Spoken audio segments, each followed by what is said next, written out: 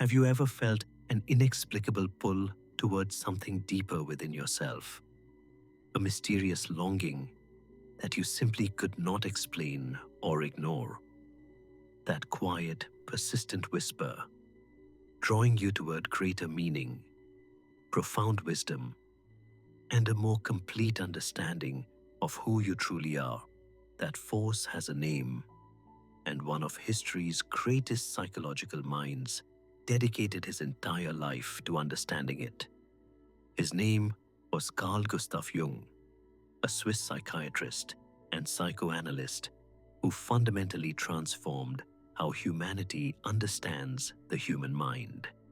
Born in 1875, Jung broke away from conventional psychology to explore the extraordinary depths of the unconscious mind, discovering hidden forces, patterns, and figures that silently shape every thought, emotion, and decision we make. His groundbreaking work introduced the world to concepts like archetypes, the collective unconscious, and the shadow self, discoveries that remain profoundly relevant and absolutely revolutionary even by today's standards. Among all of Jung's remarkable discoveries, perhaps none is more breathtaking, more mysterious, or more deeply transformative than the archetype he identified as Sophia. She is not simply a character or a symbol. Sophia represents the embodiment of divine wisdom living within the deepest layers of your unconscious mind, a feminine force of extraordinary intelligence and profound spiritual power that exists within every single human being, regardless of gender. Jung recognized that encountering Sophia was not merely an intellectual exercise. It was a life-altering psychological and spiritual event, capable of completely reshaping a person's understanding of themselves and the world around them. What you are about to discover in this video will genuinely challenge everything you thought you knew about your own mind.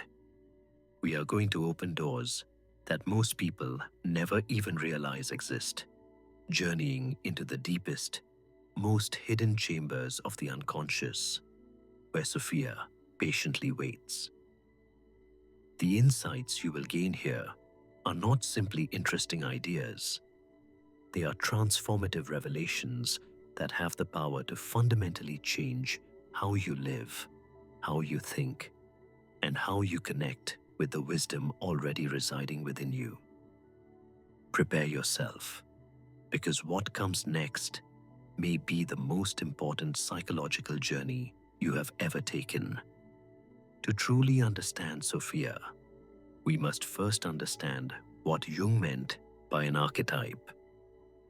Jung discovered that buried within the deepest layer of the unconscious mind, which he called the collective unconscious, there exist universal psychological patterns shared by every human being who has ever lived.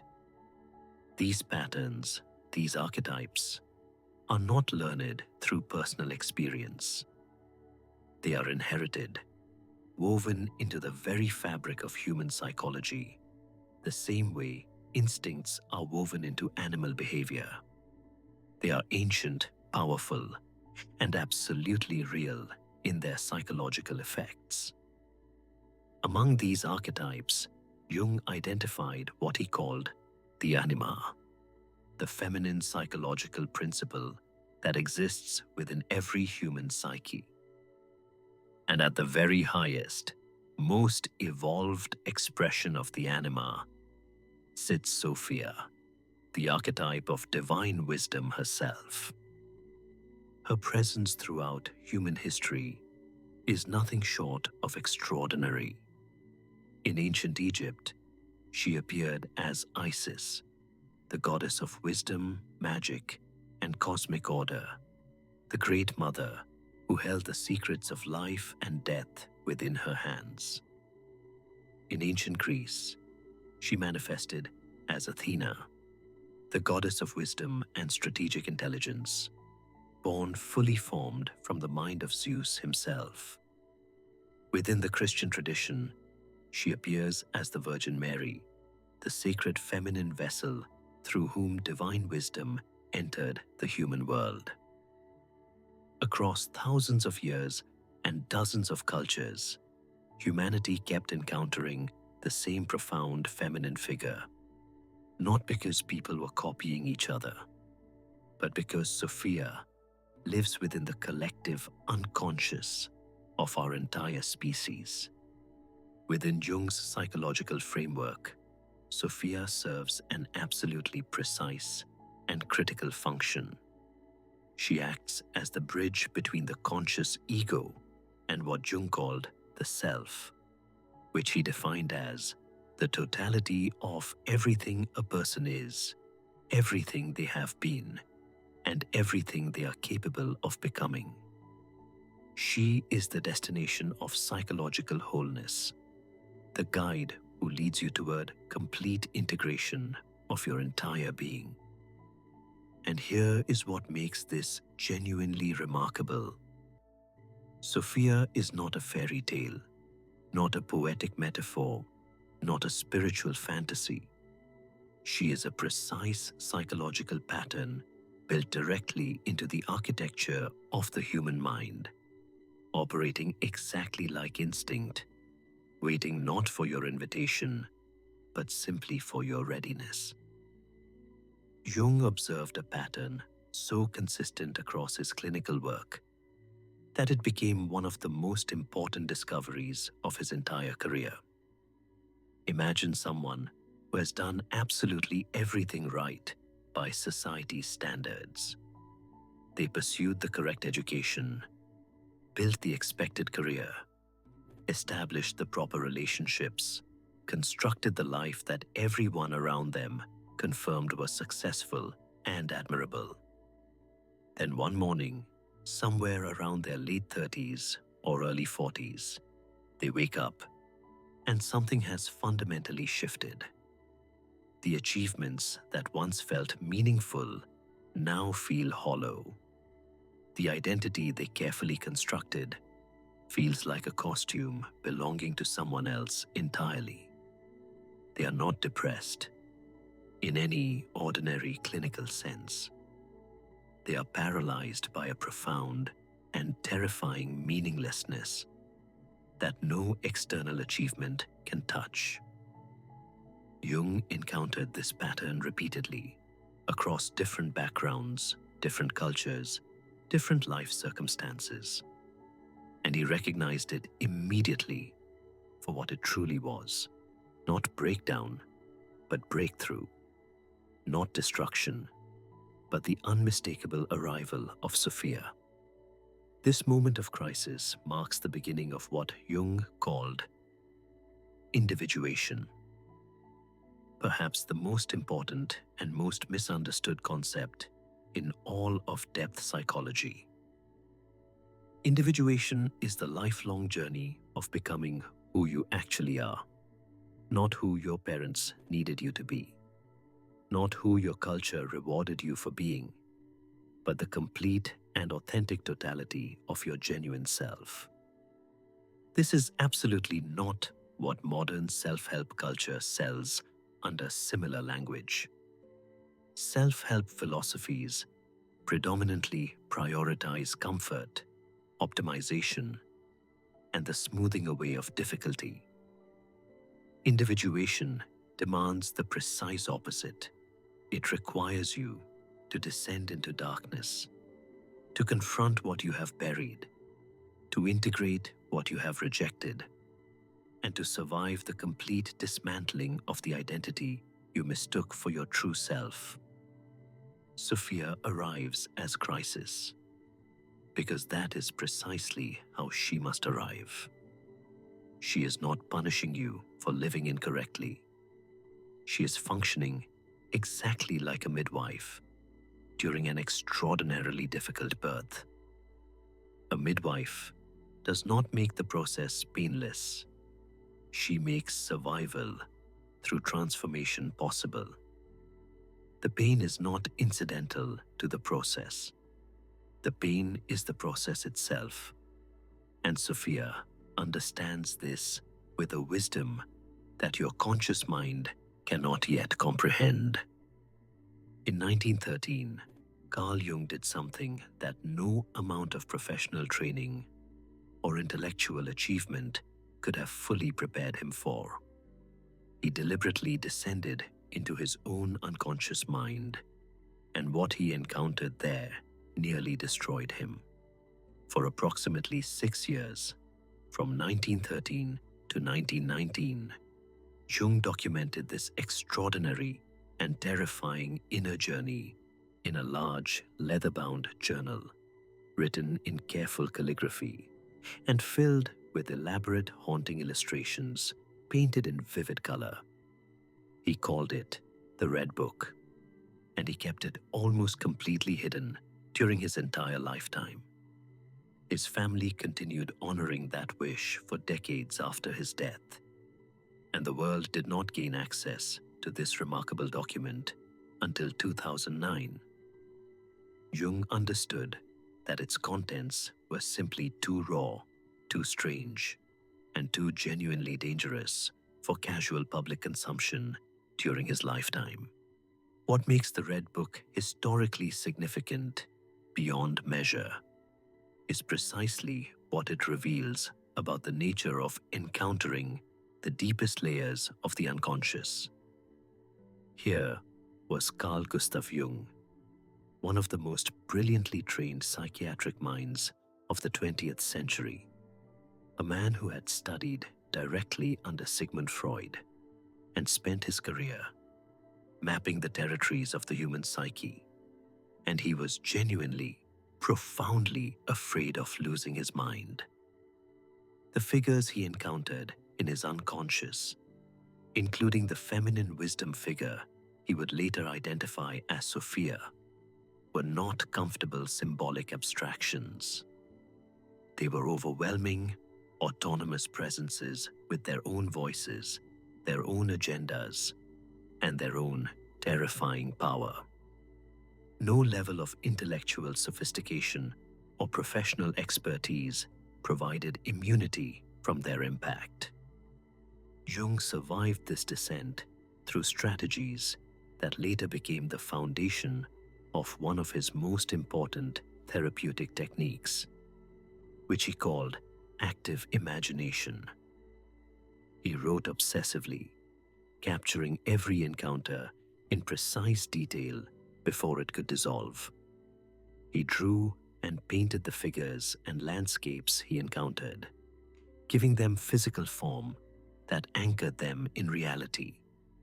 And critically, he maintained his daily outer life with absolute discipline, continuing to see patients, raise his family, and function professionally. That outer structure served as a container, a psychological vessel strong enough to hold the volcanic pressure of what was happening within. Jung was a careful and honest clinical observer, which meant he documented not only the transformative power of the Sophia encounter, but also the devastating consequences of avoiding it.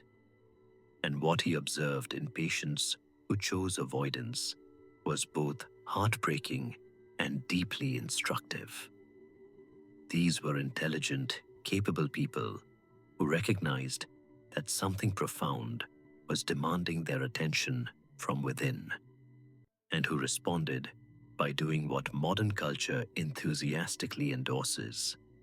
They rationalized the feeling away, buried themselves deeper in work, sought medication to quiet the inner disturbance, or constructed elaborate intellectual frameworks explaining why their discomfort was temporary and manageable. They did not escape pain. They simply transformed its nature into something far more insidious and far harder to identify. The pain of avoidance did not announce itself dramatically. It arrived quietly, persistently, and comprehensively, Relationships that once felt alive slowly drained of genuine intimacy until two people were sharing a physical space while remaining complete strangers to each other.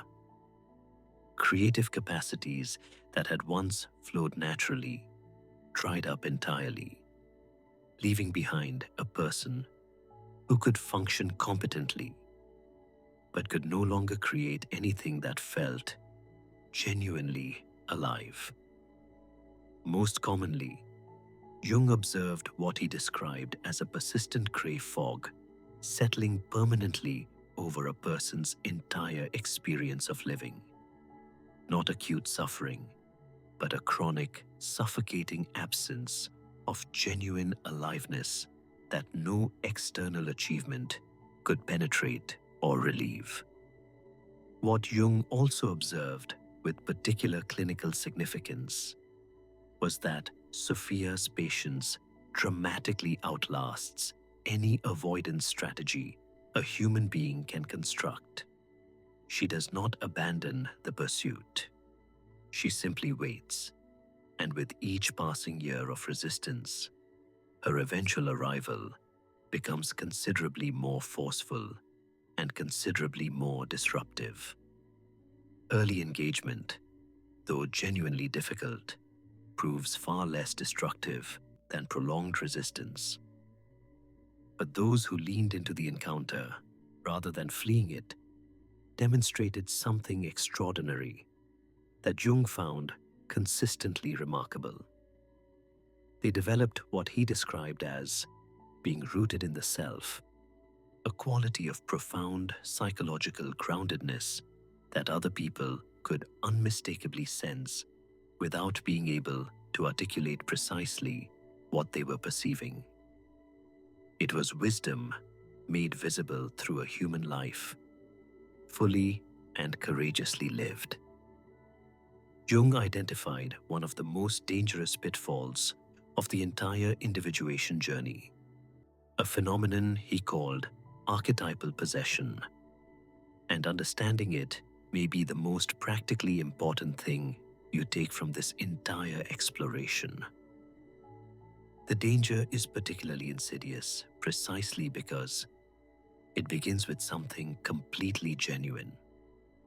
A person experiences a real encounter with the deeper layers of their unconscious. Real transformation begins occurring. Real wisdom starts flowing into their conscious life.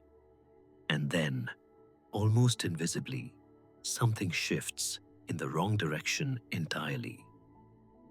Jung observed a composite pattern across multiple patients that illustrates this invisible and catastrophic crossing of a critical line. Someone begins their journey with authentic humility and genuine openness. Their relationships improve. Their creativity expands. People around them notice something genuinely different and deeply attractive about their presence. But gradually, almost imperceptibly, a subtle certainty begins replacing the openness. They start speaking about psychological and spiritual matters with an authority that slowly stops acknowledging any limitation. They begin categorizing the people around them as unconscious, unawakened, or simply not yet at their level of understanding.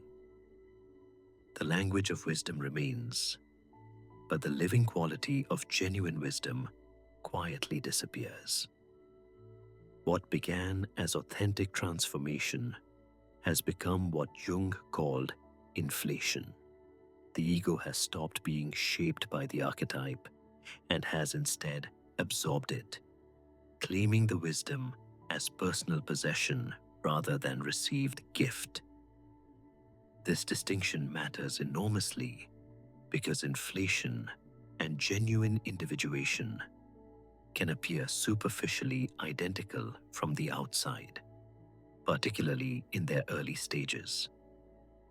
Jung identified one reliable distinguishing test, and it centers entirely on the quality of humility that the encounter produces. The real Sophia archetype, when genuinely encountered rather than possessed, does not elevate a person above their shared humanity. It drives them more deeply into it. Authentic Sophia encounter produces an expanding compassion, a growing recognition of one's own ongoing incompleteness, and a profound tenderness toward the struggles of other human beings. It makes a person more accessible, not less, more questionable, not more certain. The genuine wisdom that Sophia carries always points back toward connection with others, never toward elevation above them. One of the most common and consequential misunderstandings in contemporary psychological and spiritual culture involves confusing two distinct stages of the individuation journey that Jung carefully differentiated throughout his clinical work. Shadow work and the Sophia encounter are not the same process. They are not interchangeable terms describing identical experiences. They represent genuinely different stages of psychological development, and mistaking one for the other creates a particular kind of stagnation that can persist for years while feeling like genuine progress. The shadow, as Jung defined it, contains everything a person has rejected, buried, denied, or simply refused to see within themselves. Every quality deemed unacceptable by family, culture, or personal conscience gets pushed below conscious awareness into this psychological repository. Envy, manipulation, cowardice, cruelty, selfishness. The shadow holds all of it with perfect preservation. And here is where the critical misunderstanding most commonly occurs. Intellectually acknowledging that your shadow exists is not the same thing as integrating it. Reading about shadow work, nodding thoughtfully at the concept, even identifying specific shadow qualities in yourself through reflection. None of this constitutes genuine integration. It constitutes preparation at best and sophisticated avoidance at worst. This is precisely where Sophia's specific role within the individuation process becomes absolutely essential to understand. Sophia functions as the light carried deliberately into the darkest room. She is the wisdom that makes genuine shadow confrontation survivable rather than either overwhelming or falsely comfortable. Without her presence, shadow confrontation tends toward one of two equally destructive outcomes: either complete psychological collapse under the weight of what is discovered, or the unconscious projection of inner darkness outward onto other people and the surrounding world. Jung defined genuine integration with uncomfortable precision. It is the practice of sitting directly across from the most disowned parts of yourself, the envy you have dressed as concern, the manipulation you have labeled as helpfulness, the cowardice you have reframed as wisdom, and remaining present with their fully felt reality, long enough for something authentic to shift. Not analyzing them from a safe intellectual distance. Not narrating them, actually feeling their living presence within you until genuine transformation becomes possible.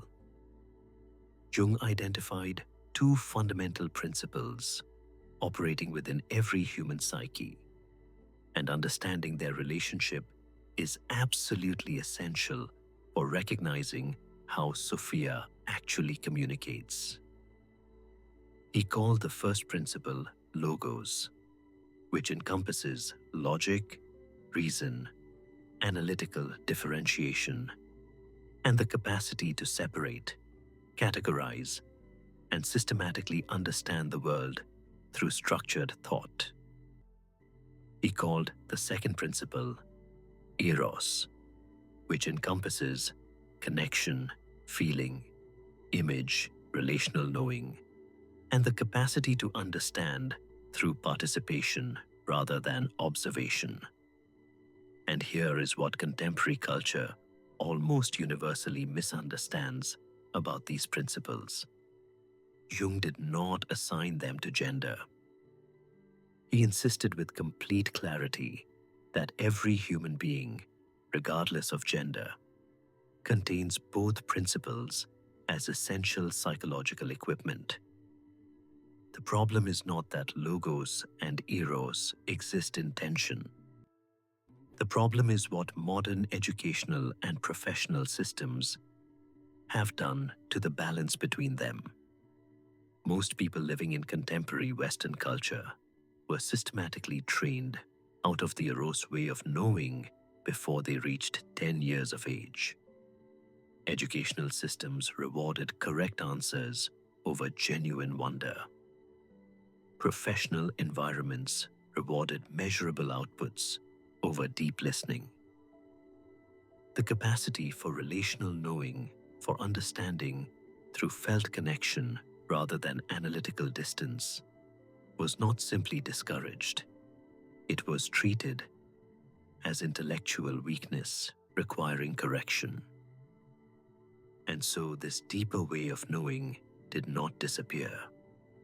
It went underground, where it continues speaking through the only channels remaining available to it, through dreams carrying images too precise to be random, through physical symptoms that medicine cannot fully explain, through inexplicable grief arising without identifiable cause, through persistent longings that rational analysis cannot locate or resolve.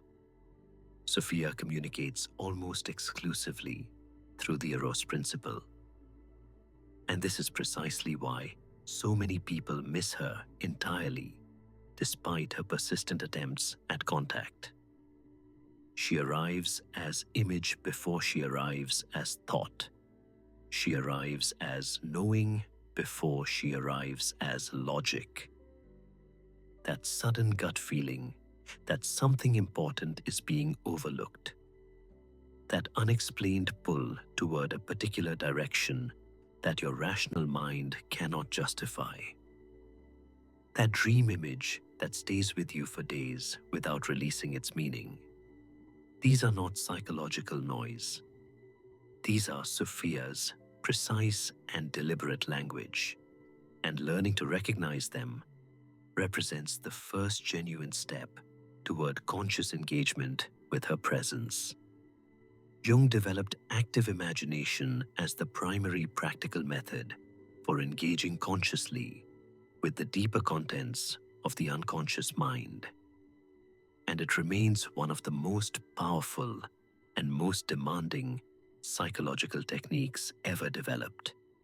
Understanding what it actually involves requires setting aside every modern association the word imagination carries. Because active imagination has almost nothing to do with fantasy, visualization exercises, or creative daydreaming. It is something considerably more rigorous and considerably more confrontational than any of those activities. Active imagination begins with a single, deceptively simple practice. You sit with your inner life and you give it genuine, sustained, respectful attention. You allow the images, figures, feelings, and voices arising from within to speak without immediately analyzing them, dismissing them, or redirecting them toward more comfortable territory. Jung described this as treating your own inner life with the same quality of respectful attention you would offer another person who has been waiting a very long time to finally be heard. not managing them, not interpreting them from a safe distance, actually listening to them with your full presence. Through this process, Sophia tends to make requests that feel simultaneously impossible and absolutely necessary. She asks you to leave something you have clearly outgrown but cannot imagine releasing. She asks you to return to something you abandoned years ago under pressure from practical concerns or other people's expectations. She asks you to tell a truth you have been carefully avoiding to someone specific in terms that leave no comfortable ambiguity.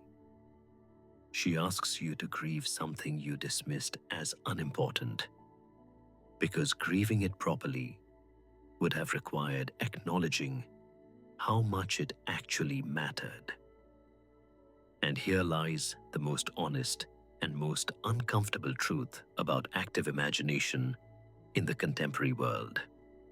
Most people living today cannot sit quietly with their own inner life for more than 30 seconds before an almost involuntary reach toward their phone occurs. This is not a character flaw requiring judgment. It is a culturally conditioned reflex, specifically designed to prevent exactly the kind of sustained inner attention that active imagination requires. And that reflexive avoidance is precisely, specifically, and completely what keeps Sophia's wisdom permanently inaccessible to the people who need it most desperately. Jung mapped the development of the anima archetype across 4 distinct stages, and this developmental arc represents one of the most illuminating frameworks he ever constructed for understanding how psychological maturity actually unfolds across a human lifetime. Each stage is genuine, each stage serves a necessary purpose, and each stage must eventually be outgrown through a process that feels, from the inside, remarkably like dying. The first stage is pure instinct and raw biological drive, the anima operating at her most elemental and most unconscious level. Here, she appears as pure attraction, as the magnetic pull toward another person experienced as overwhelming and completely beyond rational control. She is powerful at this stage, but entirely undifferentiated, operating more like a force of nature than a psychological figure with genuine wisdom to offer. The second stage arrives as romantic idealization, where the anima begins projecting herself onto specific individuals who seem to carry extraordinary qualities of beauty, depth, or mysterious completeness.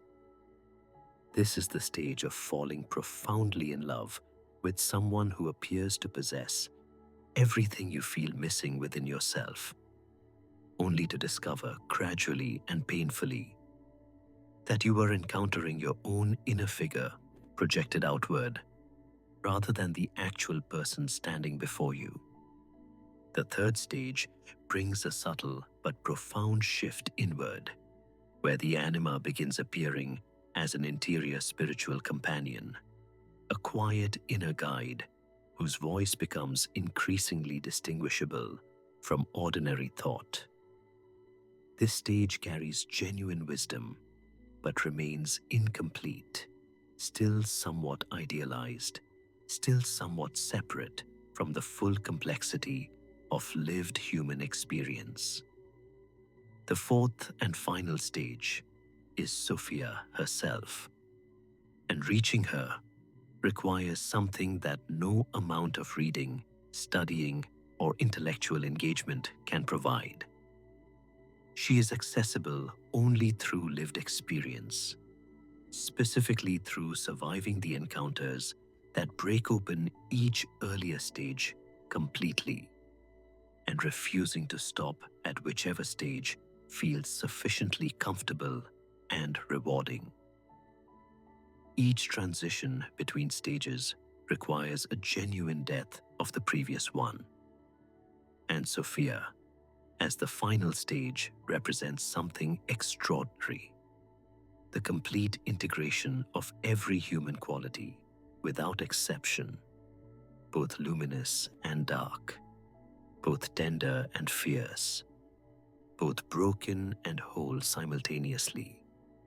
You have just traveled through some of the most profound psychological territory that human thought has ever mapped. So before you move to the next thing, before the momentum of ordinary life pulls you forward, take one genuine moment and notice what is actually happening within you right now. Because if something in this exploration produced a quiet recognition, a felt sense of yes that you cannot entirely explain rationally, that response is not incidental. That recognition is itself Sophia announcing her presence. And the single most important thing you can do in this precise moment is resist the impulse to rush past it. Let us briefly gather what we have covered together. Sophia represents the highest and most luminous expression of the anima archetype, the embodiment of divine wisdom living within the deepest layers of every human psyche. The individuation process Jung described is the lifelong journey toward authentic selfhood, demanding genuine confrontation rather than comfortable self-improvement. Avoidance of the Sophia encounter does not eliminate pain, but transforms it into gray, persistent meaninglessness that no external achievement can relieve. Archetypal inflation represents the critical danger of absorbing wisdom rather than being shaped by it. And active imagination remains the most direct, practical path toward conscious engagement with the inner wisdom that Sophia carries. Jung spent his entire career pointing towards something that cannot be reached through intellectual understanding alone. It must be lived, survived, and integrated through genuine encounter with your own depths. The recognition you may be feeling right now is precisely where that living begins. Sit with it. Do not analyze it into disappearance. Do not immediately translate it into a productivity plan. Simply remain present with what has been stirred within you, because that quality of presence is the entire foundation of everything Jung taught. If this exploration has genuinely moved something within you, please subscribe to this channel and share this video with others who feel drawn toward Jungian psychology and depth work. And for those ready to go considerably deeper, explore The Alchemist's Path ebook available at thesurrealmind.com, offering further perception training and Jung-inspired boundary work designed to continue exactly what today's journey has begun.